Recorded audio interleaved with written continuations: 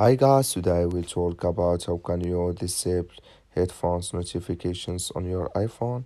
We're going to figure out the solution or know how you can do that on your app. So all you have to do is first you just click on settings. It's going to show for you like this here on your settings. Then you go down, you just keep going down here. Then you click here on accessibility here, just click on it. You come to next step here, it's going to show for you like this. Then you go down, just keep going down here. Click here on audio visual, just click on it. You come to next step here, it's going to show for you like this. You go down, just come here to headphone notifications. Click in this sign or this color. Like you see color, it's gone. That's mean headphone notifications disable with us now. That's all you have to do. Thank you for watching. Don't forget to support us by liking, subscribe.